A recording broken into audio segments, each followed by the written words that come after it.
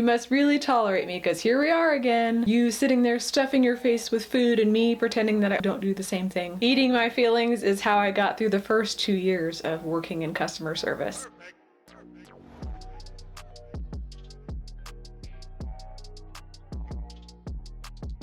Speaking of which, that's today's story time. It is a roller coaster, a mess. These are messy coworkers. This happened in 2019. Just to give you a little background of my job, I work in sales, but I do work in the type of sales where you don't actually have to see the customer in person. It's wonderful. Well, that aspect of it is, yeah, I don't have to be on the phone anymore. I've overheard all kinds of conversations just because I would sit around so many people. There were a lot of people on this floor. I do not miss being in that environment. This guy did one of my absolute favorite things, which is telling me, a person of color, how Black people act and talk. Let that sink in. This coworker was extremely opinionated, and sometimes people should just know when to stop talking. One day, the topic of a celebrity came up. People were talking about some event in the news with her. I'm not going to say which celebrity it is because it does not matter. This coworker, let's call him, what are we going to call him? Nope, I know somebody by that name. It's hard thinking of names because I know so many people from work and I don't want to use somebody's name. Hold on, let me think of a name. We're gonna call him Derek. He decides to bring up another celebrity name, and then this guy said, she's white, but she's trying to act Black. He was not Black, so I don't know what he would really know about all of that. I decided to be extra, so I sat up in my chair like this and I said loudly, and how do Black people act? Please tell me. I would love to know. I don't care. That's the loudest I've ever talked at work. People were looking at me. Most of my team was dudes and they were all laughing because it was ridiculous. That is supposed to be a type of no tolerance work environment. Yeah, okay. The place of work where they always make us do trainings, mandatory trainings on the computer about how to treat other people, and no one ever follows it. If I could remember every time stuff like this was said, I'd have at least an encyclopedia. And the guy that was sitting next to me, he just had this face like he was trying to contain his laughter, and he was just, oh no, you shouldn't have opened that can of worms. You did it now. He was brave, I'll give him that. Just to sit there and say ignorant things. Pause this for a second because he's chatting with a customer, so he's, typing, like he's thinking with this weird smirk on his face. Then he says, she acts Black because she talks like ghetto, like that girl Whoa Vicky, that's the way she dresses, and she gets those, what do you call them, cornrow braids in her hair. Stop it. Get some help. I said, that's not acting Black. Well, Vicky does not act Black either. You can't generalize being Black. I said, braids are not exclusive to Black culture either. Many cultures of people braid their hair nowadays. It's just lots of people do it. I found it very insulting that he thinks that this girl, this one, is trying to act Black. That is not acting Black. That is making a fool of yourself. I hate when people say that other people are trying to act Black when they talk like this chick. This is, no. No, stop that. Some other guy that was sitting near my row, I think he was sitting in the row behind me. He was saying something along the lines of like agreeing with me. I don't remember his exact words, but then everybody else is starting to debate because they were saying, this is pretty messed up what you just said. You literally said it in front of like everybody at work. It was extremely awkward. And then about 5 minutes later, after everybody was done debating, he goes, I don't care. I stand by what I said. Okay. Yeah, do that. After that day, I decided to sit on the other side of the call floor. I don't care. Call me petty. This is a very narrow, like long, narrow call floor. There was probably, I want to say like 70 or 80 seats in there. So I sat way on the other side next to another team. It wasn't assigned seating, it was recommended. But why would I want to sit in the same area every day with this walnut? Seats were limited, but I would rather sit with another team than have to hear him talking. My supervisor came back the next day because the day that this happened, it was his day off. So usually what happens is supervisors just help watch like other people's teams if somebody takes the day off, so they all kind of pitch in. So when my supervisor came back, he noticed I was sitting way on the other side of the room and he asked me what was going on.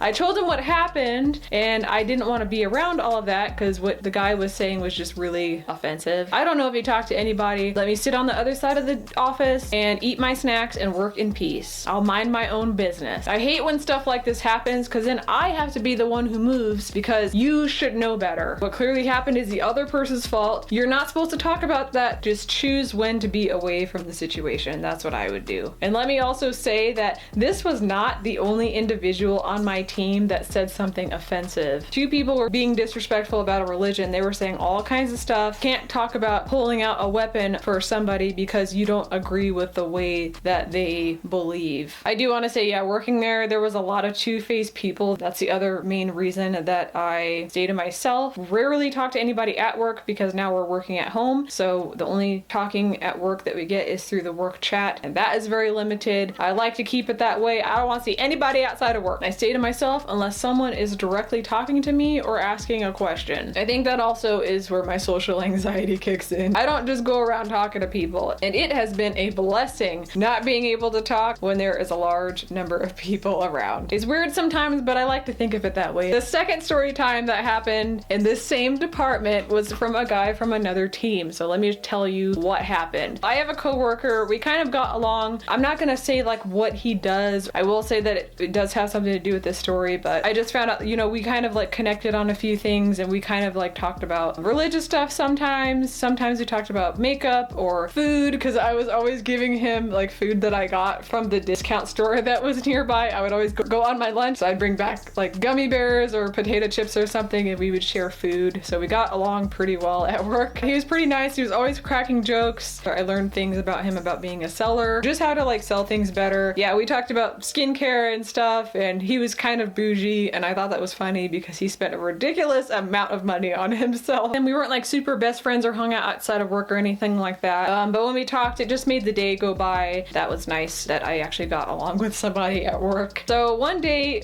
I go into work. I'm about an hour and a half late. I don't remember what happened earlier that day. I think I slept in or something. There's a bunch of seats taken, but I found the seat next to the coworker. Call him Greg. So the coworker Greg, I found a seat next to him. We sit down and he tells me what happened before I got to work. He tells me that the managers of the supervisors, so like the higher ups, people were going to start writing people up for using profanity. So they really wanted a professional sales environment. That way, when the client actually comes to visit in person, because they do that sometimes, that it's a professional work environment and people are not, you know, using swear words sounding like a bunch of sailors.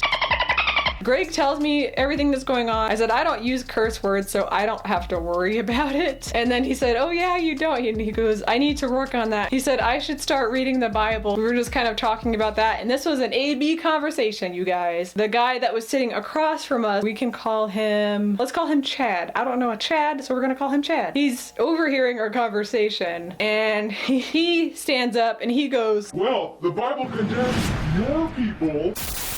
Greg didn't ask to be personally attacked by somebody who wasn't even a part of this conversation. So why are you talking? It was very awkward. There were people looking at us. I said, well, yes, it does condemn a lot of things, but there's also a lot of things in there that people do that you also do. So maybe you should study that yourself. Chad, let me tell you, he's not one to be saying anything like that, because the words that come out of his mouth, you guys. Okay, sorry about that. I had to turn on a light. There was a supervisor sitting on the end of the row, this row of desks. The supervisor stands up and he is looking around like, I know I didn't hear what I just heard. He gets up and he said, Chad, come with me. And he takes Chad to HR. I don't know what transpired in HR, but I will tell you that at some point Chad stopped working there. I don't remember if it was a day or two, but he wasn't working there much longer, and that was his own fault. And those are the 2 messy coworker stories that I can remember. If I remember any more, I will definitely tell you guys. When you're at a call center, there's so many different types of people there, and not everybody gets along. It's a really unusual environment. You don't always see the customers, but sometimes people still don't get along. That's too bad. While you anticipate my next story, be sure to check out my last story time. Be sure to turn on the bell notifications if you like hearing my voice. Some of you guys like hearing that, freaks. I only upload 2 times on this channel because videos take a long time to make. The hand cramps are real between drawing and working and editing videos. I really appreciate when people turn on notifications because I don't upload very often. I only upload 2 videos a month because that's all I can do for this channel, and I try to do 2 on my main channel, Jasmine Baker. Thank you so much for watching. Please leave a comment about some messy coworkers that you guys have. I love reading those. Everything is a learning experience. If you take anything away from this video, just be careful of where you work. Not everybody is nice. Sometimes the best thing to do is just keep to yourself. I'm not an outgoing person. I'm really not. I will see you guys next time. Bye.